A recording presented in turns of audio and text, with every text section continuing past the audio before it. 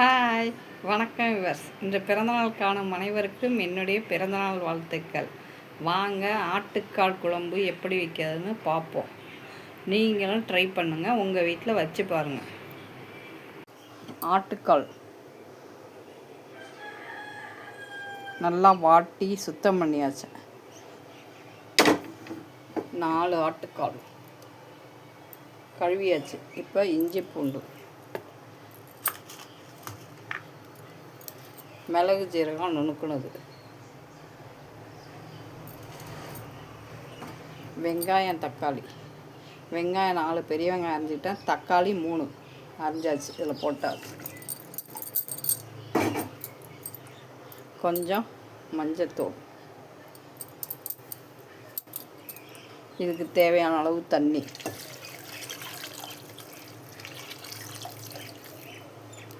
இதில் கொஞ்சம் உப்பு போட்டு 6 விசில் இருந்தானே எடுங்க.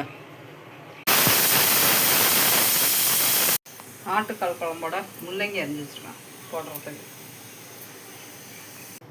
ஆட்டுக்கால் நல்லா வெந்துடுச்சு. நல்லா எப்படி வெந்திருக்கு பாருங்க. ஆட்டுக்கால் சூப்பராக வெந்துடுச்சு.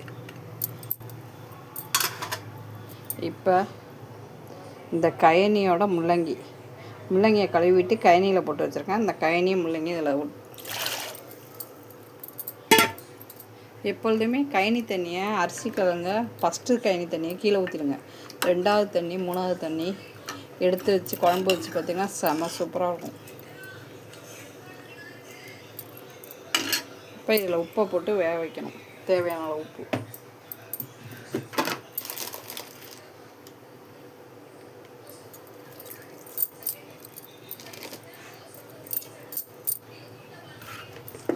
முள்ளங்கி இருந்தாலும் மிளகாத்தூள் போடணும். தேங்காய் வேணாலும் அரைச்சி ஊற்றிக்கலாம், வேணானாலும் விட்டுடலாம். இந்த பாருங்க, பெருஞ்சீரகம், பட்டை, கிராம்பு. நான் தாளிக்க மாட்டேன், இதில் போட்டுருவேன். கொதிக்கிறதுல போட்டுருவேன், நல்லா ருசியாக இருக்கும். தாளிக்க மாட்டேன்.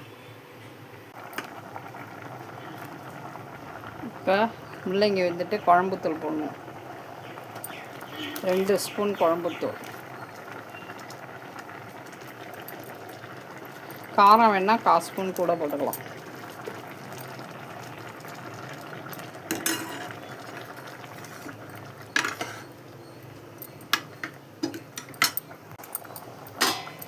நல்லா மிளகாத்தூள் போட்டு குழம்பு கொதிக்குது பாருங்கள்.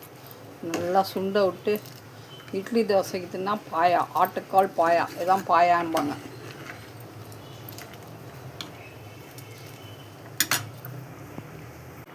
சண்டே சமையல், சுட சோறு, ஆட்டுக்கால் பாயா. வாங்க நீங்களும் சாப்பிடலாம். இதுக்கு தொட்டுக்க முட்டை வேவிச்சு வச்சுருக்கேன்.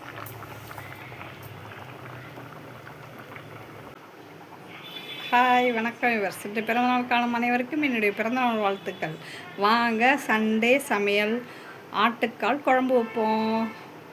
ஆட்டுக்கால் குழம்பு ரெடி. பிடிச்சிருந்தால் லைக் பண்ணுங்கள், ஷேர் பண்ணுங்கள், சப்ஸ்கிரைப் பண்ணுங்கள். நீங்களும் உங்கள் வீட்டில் ட்ரை பண்ணி பாருங்கள்.